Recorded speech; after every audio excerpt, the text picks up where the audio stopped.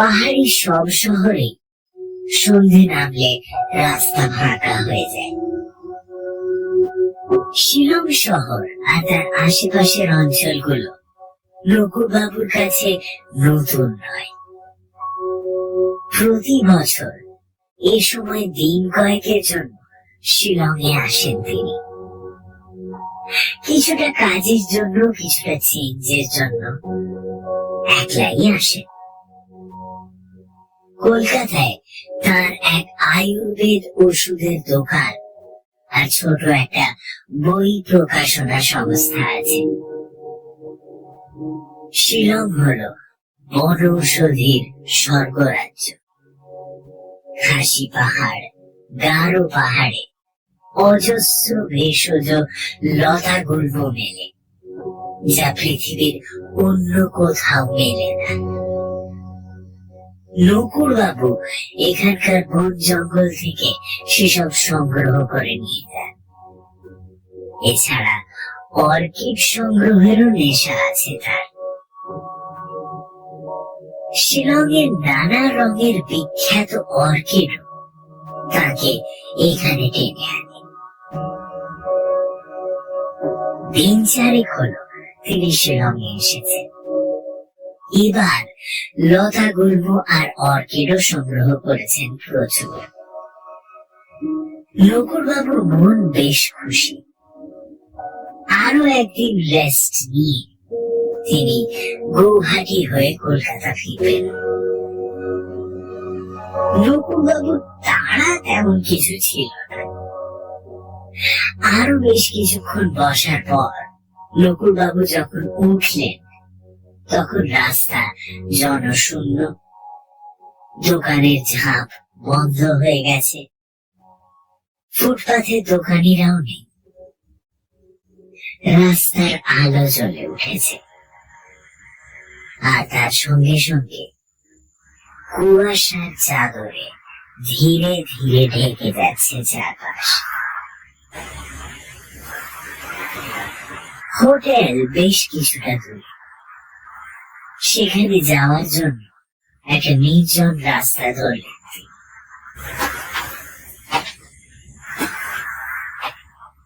কিছুটা এগোবার পর হঠাৎ তিনি দেখতে পেলেন রাস্তার পাশে ঘোড়াটে ল্যাম্পপোস্টের নিচে লাল কালো ডোরা কাটা খাসি চাদর মুড়ি দিয়ে বসে আছে এক বৃদ্ধ। তার সামনে রাখা ছোটখাটো পিচবোর্ডের বাক্সে অর্কিডের পসরা। পাশ দিয়ে যাওয়ার পথে কৌতূহল বশত তার অর্কিডের পসরার সামনে দাঁড়ালেন নকুল বাবু। মুখে অসংখ্য বলি রেখাময় বৃদ্ধ তার উদ্দেশ্যে বলল, খুব লেই। নকুল বাবু বললেন, খুব লেই। খাসি ভাষায় এই শব্দের অর্থ গুড ইভিনিং। অর্কিড দেখতে লাগলেন নকুল বাবু। লেডি স্লিপার, ব্লু ভেন্ডা, শিলংয়ের বিখ্যাত সব অর্কিড বাক্সে রাখা। তবে এইসব তাঁর সংগ্রহে আছে। হঠাৎ একটা বাক্সে খড়ের বিছানাতে রাখা অদ্ভুত জিনিস দেখতে পেলেন তিনি। ঠিক টেনিস বলের আকৃতির একটা উদ্ভিদ। তাদের রং ঘোর রক্তবর্ণ, সংখ্যায় দুটো। প্রত্যেকটার গায়ে ইঞ্চি খানেক লম্বা ফিটের মতো দুটো অঙ্গ। তাদের আকৃতি দেখে নকুল বাবু বেশ অবাক হয়ে বললেন, এগুলো কি রেড ক্যাকটাস? বৃদ্ধ মিটি মিটি হেসে জবাব দিল, না না না না না, ক্যাকটাস নয়, অর্কিড। এরকম অদ্ভুত আকৃতির অর্কিড হয় না? আচ্ছা, এই জিনিস কোথায় পাওয়া যায় জানতে চাইলেন নকুল বাবু। বৃদ্ধ বলল, মোরা, অর্থাৎ চেরাপুঞ্জিতে মসমাই কেভের ভেতরে। মসমাই গুহা, সেখানে এর আগে গেছেন নকুলবাবু? তিনি বললেন, কই, সেখানে আমি এই জিনিস দেখিনি তো। বৃদ্ধ হেসে বলল, না দেখারই কথা। 20 বছরে জিনিস একবার জন্মায়। তাছাড়া টুরিস্টরা যে পথে গুহায় ঢোকে সে পথে ও জায়গাতে পৌঁছানো যায় না। গুহা অনেক বড়, অন্য পথে সেখানে যেতে হয়। নকুলবাবু অর্কিড গুলো ভালো করে দেখার জন্য সেই বাক্সের দিকে হাত বাড়াতে গেলেন, কিন্তু সঙ্গে সঙ্গে বৃদ্ধ বাক্সটা ছো মেরে কোলে টেনে নিয়ে বলল, ডোন্ট টাচ, ডোন্ট টাচ, শোবেন না, এর গুণ নষ্ট হয়ে যাবে। কি গুণ? জানতে চাইলেন তিনি। বৃদ্ধ মুহূর্ত খানিক চুপ করে থেকে তাকে অবাক করে দিয়ে বলল, এ খেলে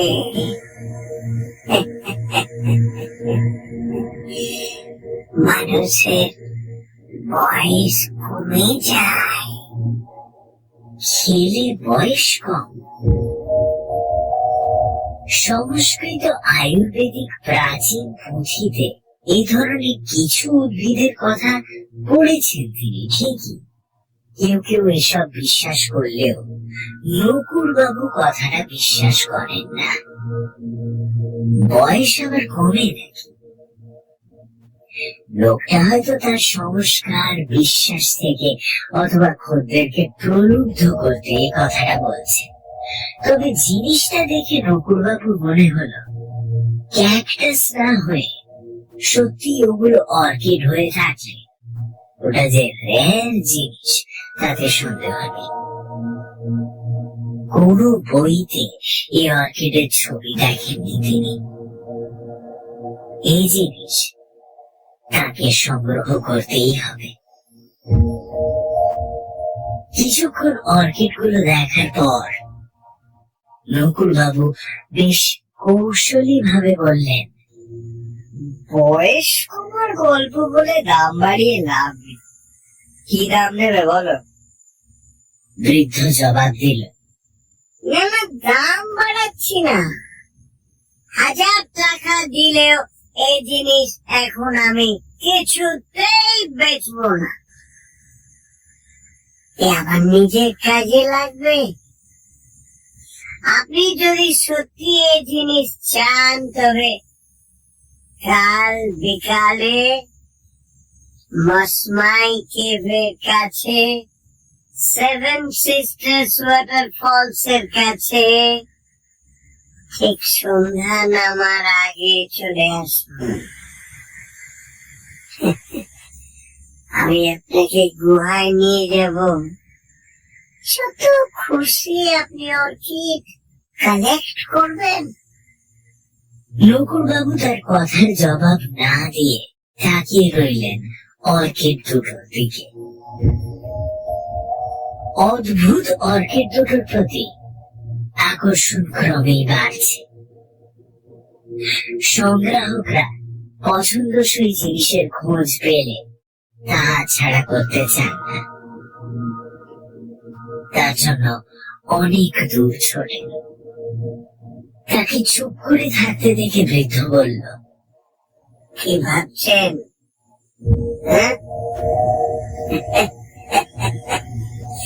গুহায় যেতে আপনি ভয় পাচ্ছেন? তাহলে এই জিনিস আপনার পাওয়া হবে না। নকুলবাবু তার কথা শুনে বললেন, না, ভয় পাচ্ছি না। এখানকার অনেক কেভে আমি একলাই ঘুরেছি, কিন্তু ওখানে গেলে তোমাকে পাবো তো, তাহলে যাবো ওখানে। উজ্জ্বল চোখে বৃদ্ধ বলল, হ্যাঁ, নিশ্চয়ই থাকবো, নিশ্চয়ই থাকবো। আপনি আশ্চর্য হয়ে যাবেন ওখানে গেলে। আমি আপনার জন্য অপেক্ষা করব। ও অঞ্চলে বেশ কিছু অন্য ভেষজ গাছও আছে, গেলে সেগুলো অন্তত সংগ্রহ করা যাবে এই ভেবে, এবং বৃদ্ধের শেষ কথাগুলোর মধ্যে এমন একটা আহ্বান ছিল যে শেষ পর্যন্ত নকুড়বাবু সেখানে যাবেন বলেই রাজি হয়ে গেলেন। বৃদ্ধের বলি রেখাময় মুখে আরো হাসির রেখা দেখা গেল। সে একবার শুধু বলল, আমি লোক চিনি, আমি জানতাম আপনি রাজি হবেন। খুবলেই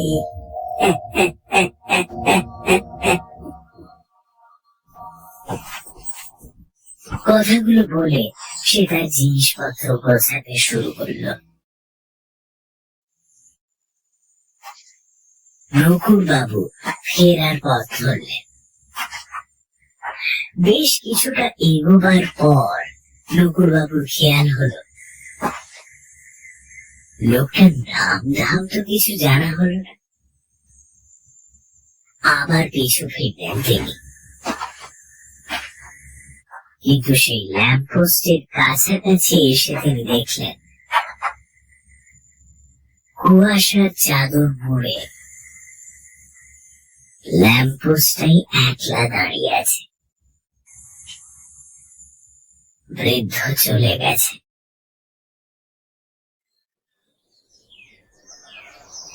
নকুড়বাবু পরদিন দুপুরবেলার মধ্যেই পৌঁছলেন মসমাইতে।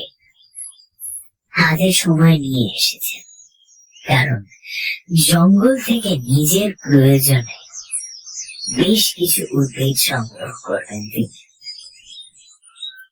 খাসি পাহাড়ে অবস্থিত এই জায়গাতে আগেও তিনি এসেছেন।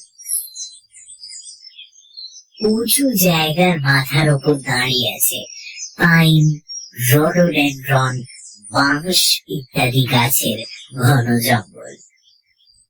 তাছাড়া নানা ঝোপে ঝাড়ে, বৃক্ষকাণ্ডে নানা ভেষজ লতাগুল্ম আর অর্কিডের সমারোহ তো আছেই।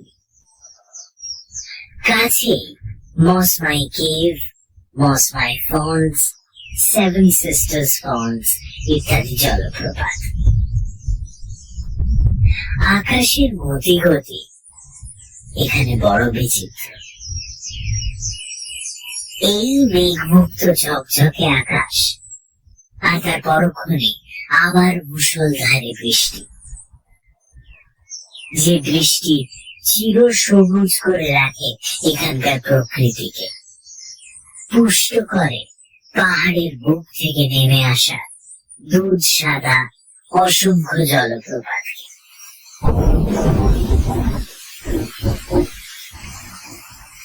তৈরি হয়েই এসেছিলেন নকুড়বাবু, সঙ্গে বর্ষাতি, ছাতা, ভেষজ উদ্ভিদ সংগ্রহ করার জন্য পলিথিনের ব্যাগ। তাছাড়া জল, শুকনো খাবার ইত্যাদিও তার সঙ্গেই আছে। বিকেল হতে ঘন্টাখানি বাকি। জঙ্গলে ঢুকলেন তিনি। কাজ মিটিয়ে ঠিক সময় যাবেন কাছেই সেভেন সিস্টার্সে। জঙ্গলে ঢুকে প্রয়োজনীয় গাছগাছড়ার সন্ধান করতে লাগলেন তিনি।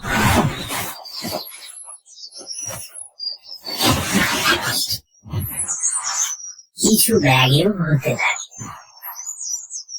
তিনি যখন বেশ অনেকটা ভেতরে প্রবেশ করেছেন, হঠাৎ কেউ যেন একটা বিরাট কালো চাদর বিছিয়ে দিল জঙ্গলের মাথায়। তিনি ওপরে তাকিয়ে দেখলেন বিরাট একখণ্ড কালো মেঘ উপস্থিত হয়েছে জঙ্গলের মাথায়।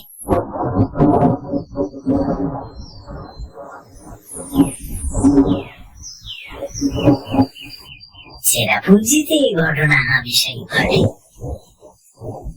অন্ধকার নেমে এলো চারপাশে, আর তারপরেই শুরু হলো মুষলধারে বৃষ্টি।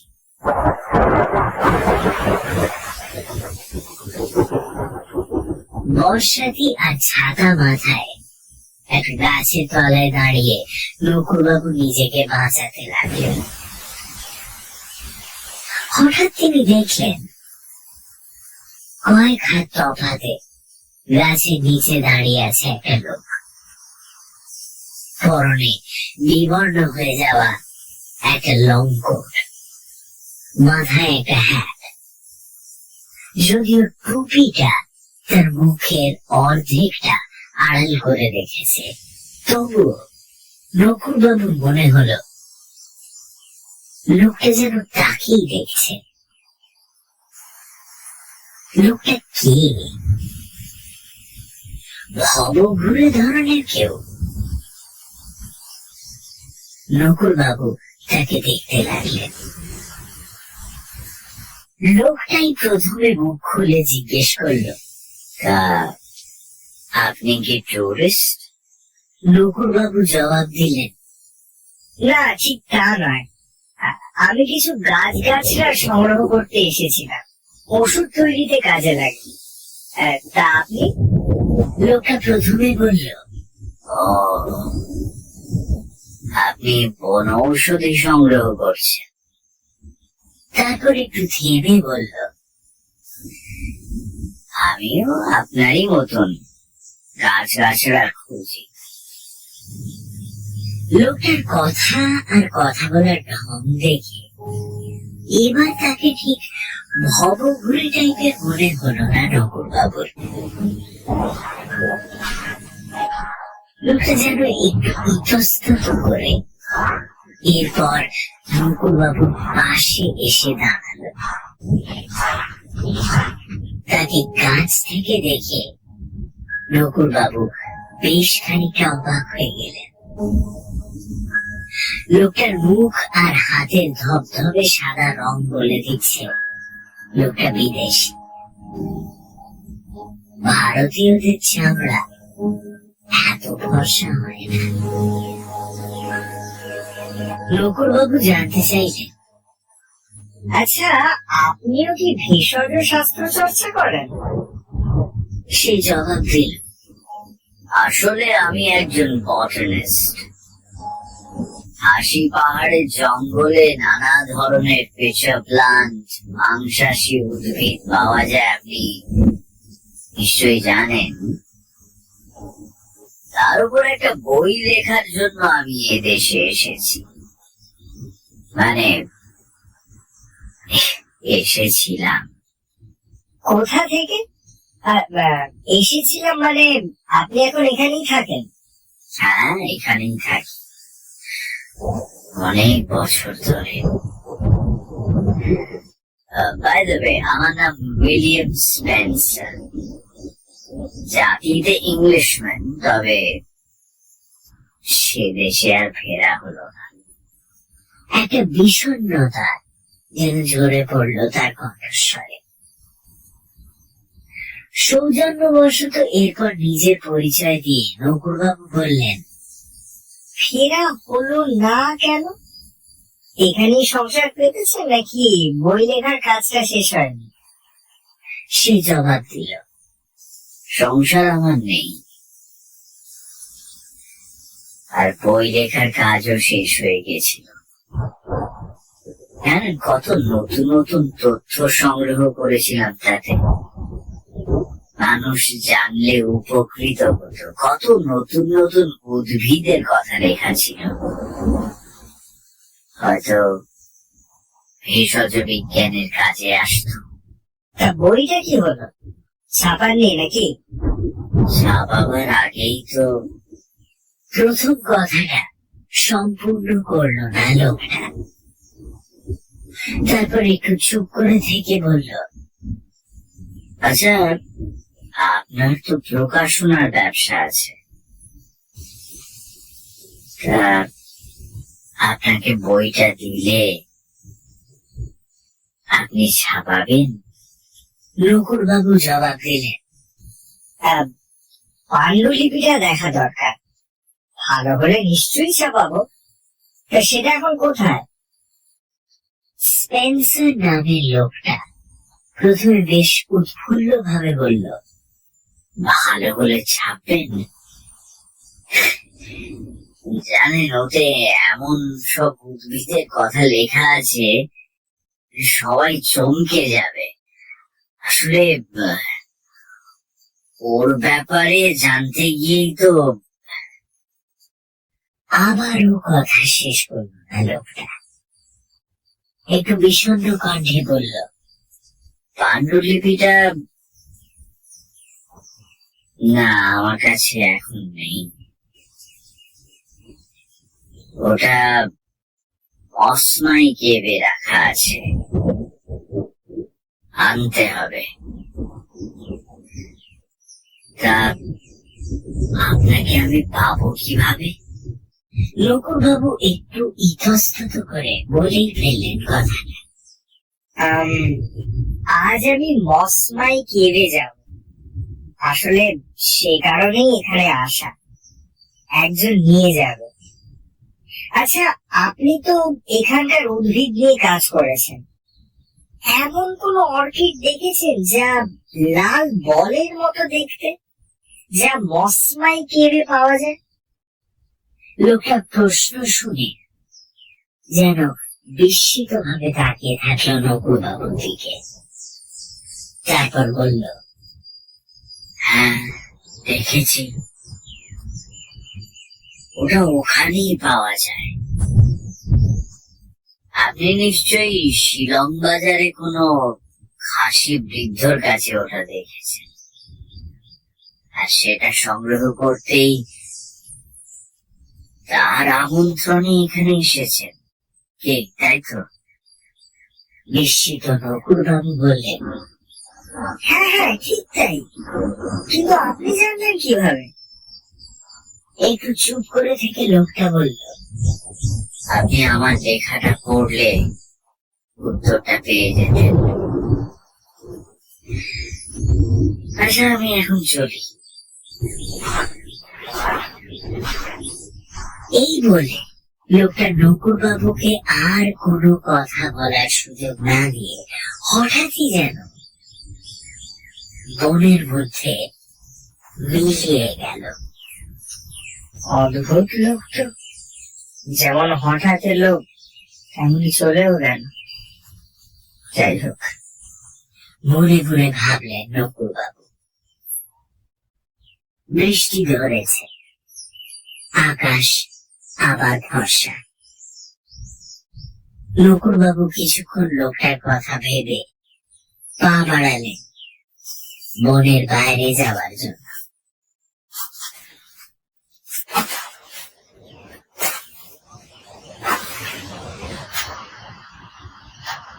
সেভেন সিস্টার্স ফলস জায়গাটা নকুড়বাবু চেনা।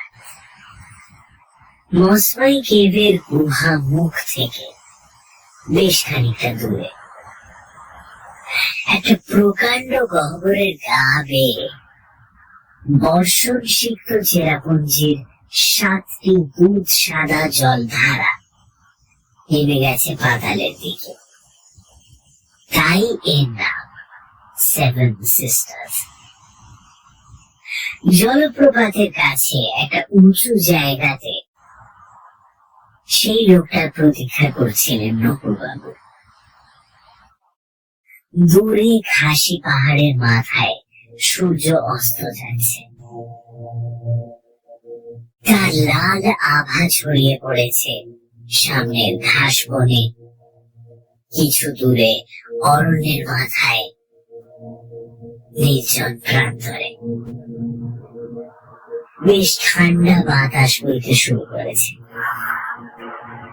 নিস্তব্ধ চারদিক, অপূর্ব শান্ত সৌন্দর্য বিরাজ করছে। কিন্তু কিছুক্ষণের মধ্যেই অন্ধকার নামবে। সেই লোকটা ঠিক আসবে তো? নিকটবর্তী খাসি গ্রাম মাইল খানেক দূরে। সে না এলে সেখানে পৌঁছতে রাত হবে। কথাগুলো ভেবে ঘড়ি দেখলেন নকুড়বাবু, আর তার পরক্ষণেই তিনি দেখতে পেলেন তাকে। লাল কালো সেই খাসি শাল গায়ে ঘাস বন ভেঙে এগিয়ে এসে নকুড়বাবুর সামনে দাঁড়িয়ে এসে বলল, খুব লেই। মুখে তার হাসি। শেষ বিকেলের আলো এসে পড়েছে তার মুখে। সেই আলোতে নকুড়বাবু মনে হলো, এই লোকটা কি গতকাল কুয়াশা মাখা ল্যাম্পপোস্টের আলোতে যত বৃদ্ধ মনে হয়েছিল আসলে তা নয়। মুখময় বলি রেখাগুলো যেন তেমন আর নেই। লোকটাকে প্রৌঢ় বলা যায়। নকুড়বাবু তাকে খুব লেই জানিয়ে বললেন, খুব লেই? যাক, তুমি তাহলে এলে। তোমার নাম কি? কাল সেটা জানা হয়নি। সে জবাব দিল, আমার নাম তো মাত্র কাবা। এই খাসি পাহাড়ে আমার ঘর।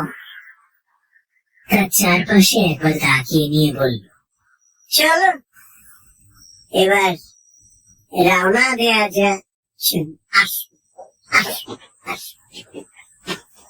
নকুড়বাবু অনুসরণ করলেন তাকে। লোকটা গিয়ে দাঁড়ালো জলপ্রপাতের খাদের কিনারে। নকুড়বাবুর উদ্দেশ্যে একবার শুধু বলল, এই সাবধান, খুব সাবধানে নামবে। তারপর দুটো জলপ্রপাতের মধ্যে দিয়ে ধাপ বেয়ে নিচে নামতে শুরু করল। নকুড়বাবু তার পেছন পেছন নামতে লাগলেন। পা ফসকালে অবধারিত মৃত্যু। দুপাশে জলপ্রপাতের জলের ছিটেতে ভিজে যাচ্ছে দেহ। প্রায় 100 ফুট নিচে নেমে দাঁড়ালো লোকটা। পাথুরে দেওয়ালে নানা ঝোপঝাড়, জলজ উদ্ভিদ। দেওয়াল হাতড়ে একটা ঝোপ ফাঁক করতেই উন্মোচিত হলো একটা গহ্বর। অন্ধকার বিরাজ করছে ভেতরে। এই তাহলে গুহা মুখ। নকুড়বাবুকে নিয়ে প্রবেশ করলো ভেতরে। ঠিক তখনই বাইরে ঝুপ করে অন্ধকার নামলো। ভেতরে ঢুকে লোকটা একটা মশাল জ্বালিয়ে নিয়ে চলতে শুরু করলো। সুরভি গুহা, মাথার উপর ছাদ, অনেক জায়গাতে এমন নিচু যে অনেক সময় হামাগুড়ি দিতে হচ্ছে। দেওয়ালগুলো স্যাঁতস্যাঁতে বরফের মতো ঠান্ডা। মাঝে মাঝে ওপর থেকে নেমে এসেছে স্তম্ভের মতো চূড়া পাথরের ঝুড়ি। নিঃশব্দে এগোতে থাকলো লোকটা। একবার শুধু নকুড়বাবুর প্রশ্নের জবাবে সে জানালো যে সেখানে পৌঁছতে ঘন্টা খানিক সময় লাগবে। ঘন্টা খানিক পর নানা কসরত করে চলার পর নকুড়বাবুর তখন কাহিল অবস্থা। মত্ত কাবা এবার যেন নিশ্চিন্ত হয়ে বলল, আমরা এসে গেছি। আর এরপরে ধীরে ধীরে চওড়া হতে শুরু করলো গুহা। হঠাৎ মশালের আলোতে একটা অদ্ভুত জিনিস দেখতে পেলেন নকুলবাবু। দেওয়ালের গায়ে একটা পাথরের খাঁজে আটকে আছে বাচ্চা ছেলেদের লাল জামা। নকুলবাবু সেটা দেখে থমকে দাঁড়িয়ে বললেন, আচ্ছা, এই জামাটা কোথা থেকে এলো? লোকটা মুহূর্তের জন্য একবার সেদিকে তাকিয়ে বলল, আমি জানি না, আমি জানি। আসুন আসুন, তাড়াতাড়ি পা চালান।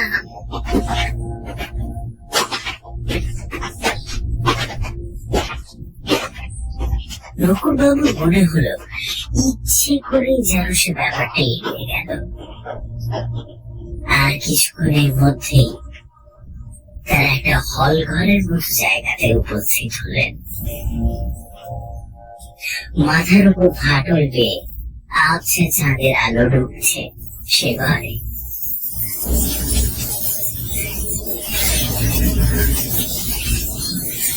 তারা সে ঘরে পা রাখতেই এক ঝাঁক বাদুড় ডানা ঝাপতে মাথার উপরের ফাটল দিয়ে বাইরে মিলিয়ে গেল। বাদুড় প্রাণীটা এখানকার প্রায় সব গুহাতেই থাকে। ঘাবড়ালেন না নকুলবাবু। প্রৌঢ় খাসি লোকটার মুখে হাসি ফুটে উঠল। সে বলল, সেই জায়গা। এই বলে সে মশালটা নিচের দিকে ধরে আলো ছড়ালো মাটিতে। সেখানে ছড়িয়ে আছে নানা আকৃতির পাথর। বিস্মিত নকুলবাবু দেখলেন তাদের খাঁজে খাঁজে জন্মে আছে বলের মতো অসংখ্য সেই উদ্ভিদ। তবে তাদের রং ধবধবে সাদা। দেওয়ালের গা থেকেও ঝুলছে বেশ কিছু। নকুলবাবু বললেন,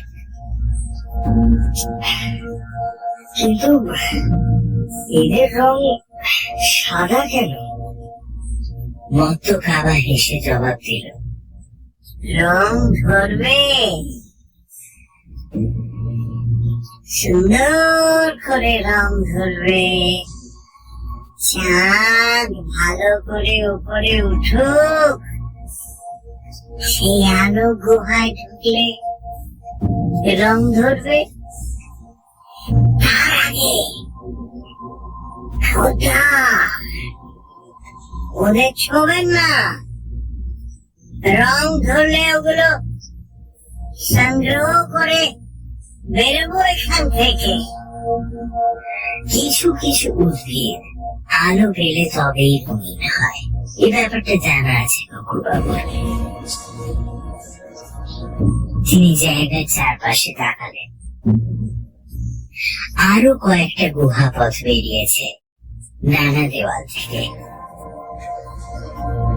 হঠাৎ একটা কোণে চোখ আটকে গেল তার। সেখানে দেওয়ালের গায়ে হেলান দিয়ে বসে আছে একটা নরকঙ্কাল। চমকে উঠে নকুলবাবু বললেন, ওটা কার কঙ্কাল? মত্ত কাবা হেসে বলল, ওটা আমি 20 বছর ধরে এইখানে দেখছি। হয়তো লোকটা এখানে এসেছিল, বেরোতে পারেনি।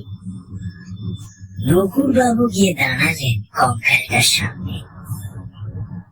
লোকটা ঠিকই বলেছে, কঙ্কালটা অনেক পুরনো। চুলের প্রলেপ জমেছে তার গায়ে। একটা মাকড়সা তার চোখের এক কোটর থেকে বেরিয়ে অন্যটাতে ঢুকে গেল। একটা ছোট কাঠের চ্যাপ্টা বাক্স পড়ে আছে লোকটার পাশে, ইঞ্চি 6 লম্বা আর ওরকমই চওড়া। সম্ভবত মৃদু লোকটার জিনিস হবে। কৌতূহল বশত নকুরবাবু সেটা তুলে নিতেই সেই খাসি লোকটা বলে উঠল, ওখান থেকে চলে আসুন, সাপের বাসা আছে ওখানে।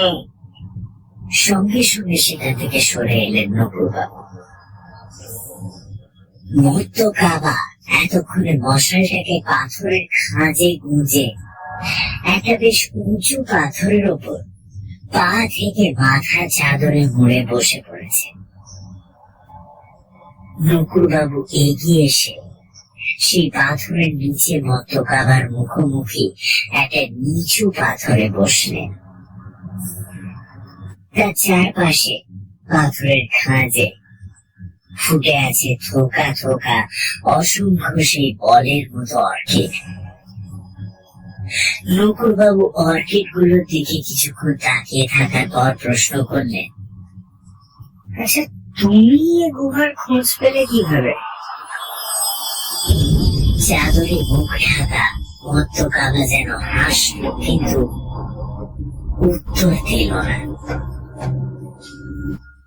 নকুরবাবু এরপর মনোনিবেশ করলেন বাক্সটার দিকে।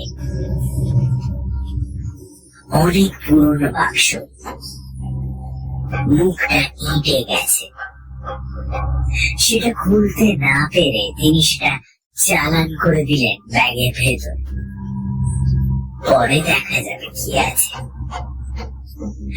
নকুরবাবু প্রতীক্ষা করতে লাগলেন কখন চাঁদের আলো মাথার উপরের ফাটল দিয়ে ঘরে এসে ঢোকে তার জন্য। সময় এগিয়ে চলল। মত্ত খাবার কোনো সাড়া শব্দ নেই। চাদরে মুখ ঢেকে সে মনে হয় ঘুমিয়ে পড়েছে। চাঁদের আলো ধীরে ধীরে ঘরে ঢুকতে শুরু করেছে। নকুরবাবু এক দৃষ্টি তাকিয়ে আছেন অর্কিড গুলোর দিকে। এক সময় চাঁদ যখন মাথার উপর উঠল, তখন সেই আলোতে ভরে উঠল গুহা। কিন্তু নকুরবাবু দেখলেন কোন অর্কিডেই ঠিক রং ধরল না। চাঁদের আলোতে সেগুলো শ্বেত পাথরের বলের মতো দেখাচ্ছে। রং ধরছে না কেন? রং ধরছে না কেন? মত্ত কাবাকে ডাকবেন ভাবলেন নকুরবাবু। নকুরবাবুর ডান হাতটা পাথরের উপর ভর দেওয়া ছিল অনেকক্ষণ ধরে। তিনি উঠে দাঁড়িয়ে মত্ত কাবাকে ডাকতে যাবেন, হঠাৎ তার মনে হলো হাতটা কেমন যেন অবশ লাগছে। হাতটা তিনি তুলে ধরতেই দেখলেন এক অদ্ভুত ব্যাপার। তার কবজির কাছে আটকে আছে লাল টেনিস বলের মতো একটা অর্কিড।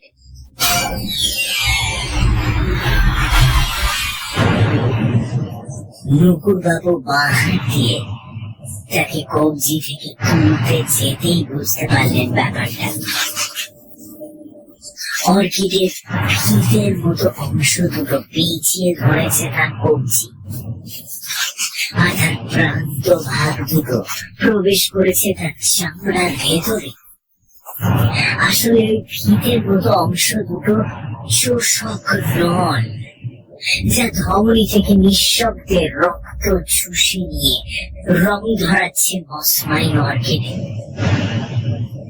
আর এই পর মুহূর্তেই তিনি অনুভব করলেন তার গোড়ালিতে, ঘাড়ে, শরীরের সমস্ত খোলা জায়গায় একই রকম অসারতা।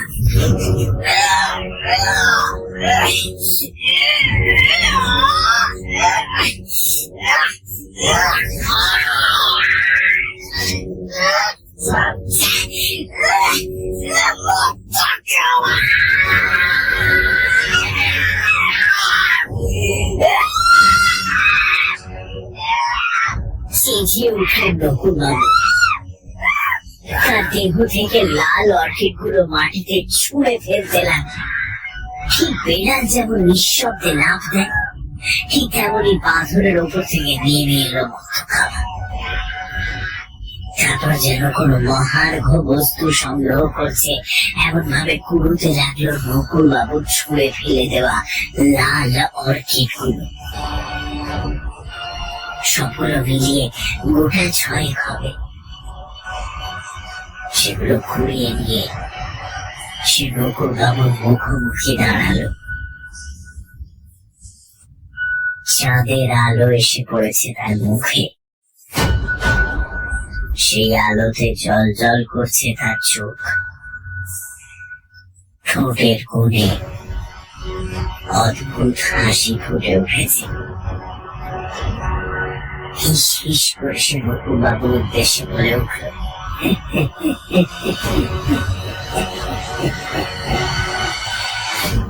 বলেছিলাম না চাঁদের আলো ফুটলে রং ধরবে অর্কিডে। কথাগুলো বলি সে একটা অর্কিড মুখে পুরো চিবোতে লাগে।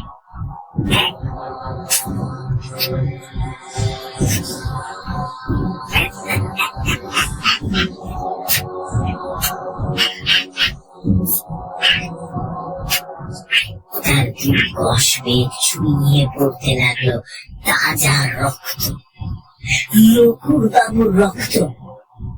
আতঙ্কে চিৎকার করে উঠলেন নকুলবাবু।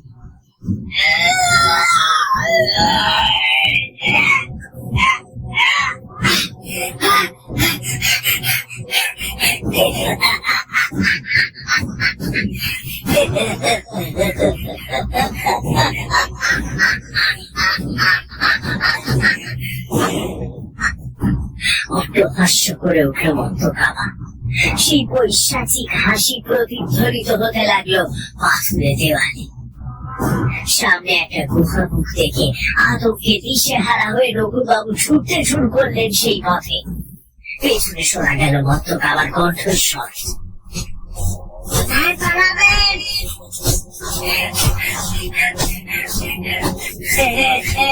কোথায় পালাবেন? পালাবার কোনো পথ নাই এখানে।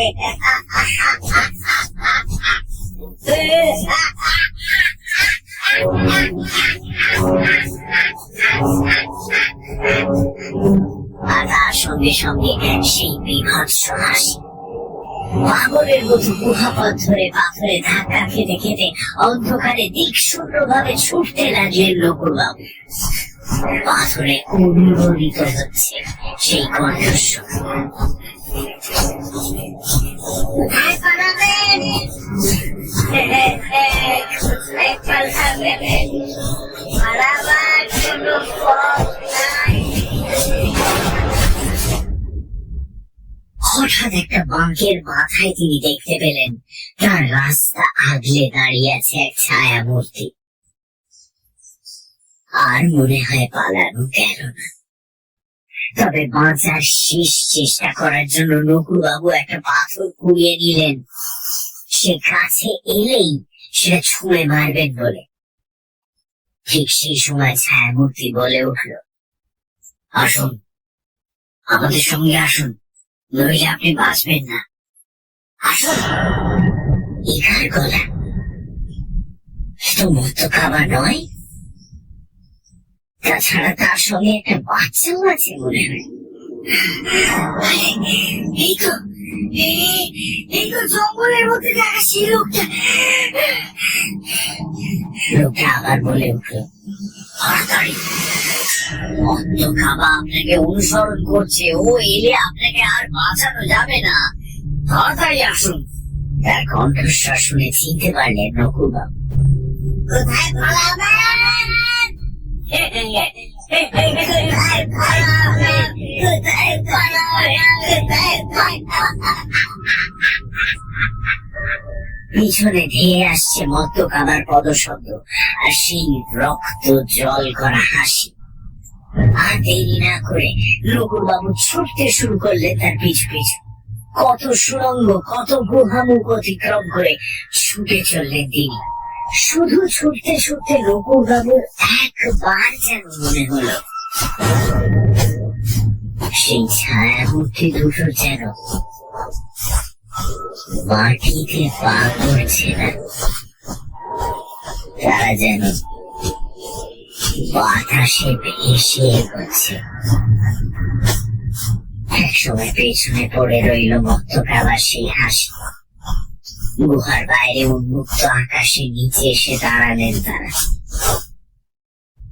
এই জায়গা নকুলবাবু চেনা। দিনের বেলা টুরিস্টরা এই পথে মসমাই কেঁপে ঢোকে। নকুলবাবু তাকালেন তাদের দিকে। লোকটার মুখে আত্মতৃপ্তির হাসি।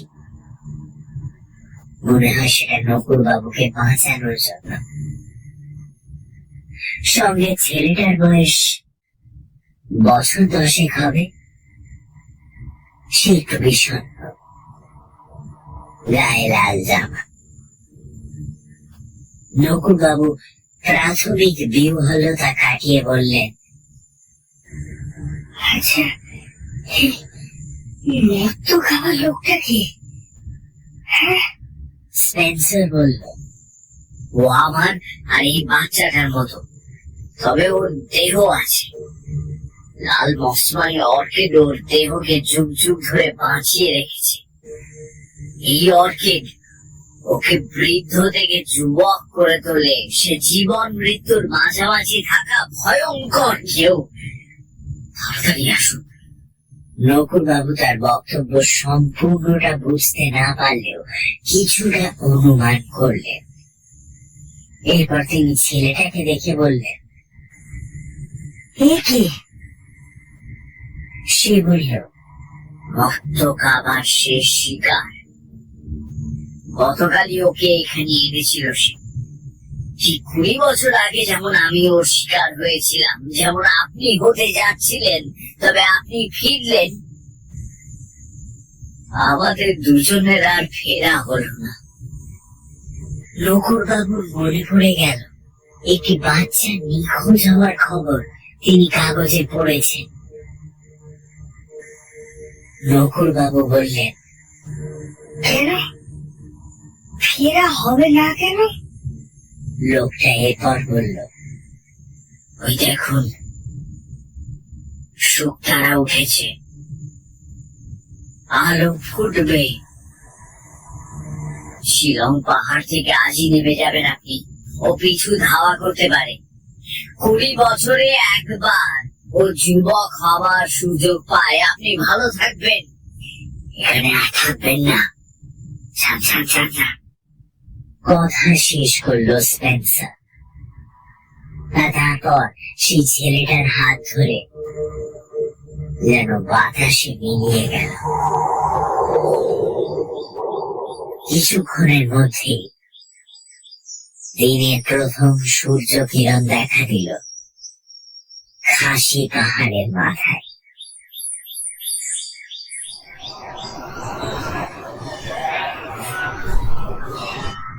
ট্রেনের কম্পার্টমেন্টে বসে সহযাত্রীদের সঙ্গে গল্প করছিলেন নকুলবাবু। গৌহাটি স্টেশন থেকে কলকাতাগামী রাতের ট্রেন ছাড়বে ছাড়বে করছে। খাসি পাহাড় থেকে শিলং হয়ে বেলাবেলি গৌহাটি নেমেছেন তিনি। ভয়টা তার এখন অনেকটা কেটে গেছে। তার মনে হচ্ছিল মসমাই কেভের ঘটনাগুলো যেন নিছক একটা দুঃস্বপ্নই ছিল। তিনি বেশ গল্পই করছিলেন। বাইরে ট্রেন ছাড়ার আগে লোকজনের হাঁক ডাক, ব্যস্ততা।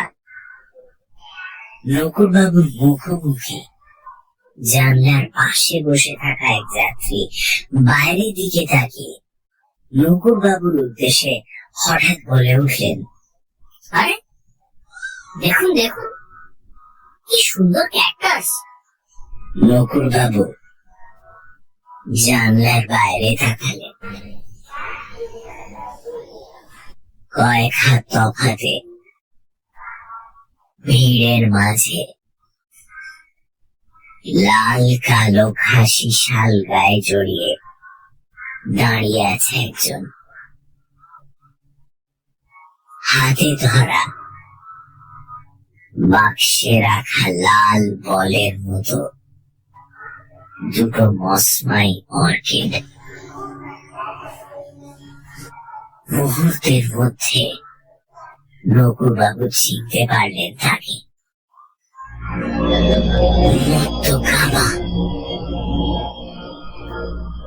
যদিও তার বয়স এখন আরো কমে গেছে, প্রায় যুবকই বলা যায় তাকে। রাতের প্ল্যাটফর্মে শিকার ধরতে এসেছে সে। তাকে দেখার সঙ্গে সঙ্গেই নকুরবাবু ঝপ করে জানলার লোহার ঝাঁপটা নামিয়ে দিলেন। সঙ্গে সঙ্গে ট্রেনও তুলে উঠে চলতে শুরু করলো।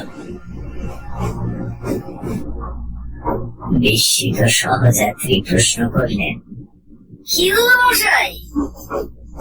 নকুরবাবু জবাব দিলেন, আমার আবার ঠান্ডা লাগার ধাত আছে তো, তাই জানলাটা বন্ধ করে দিলাম।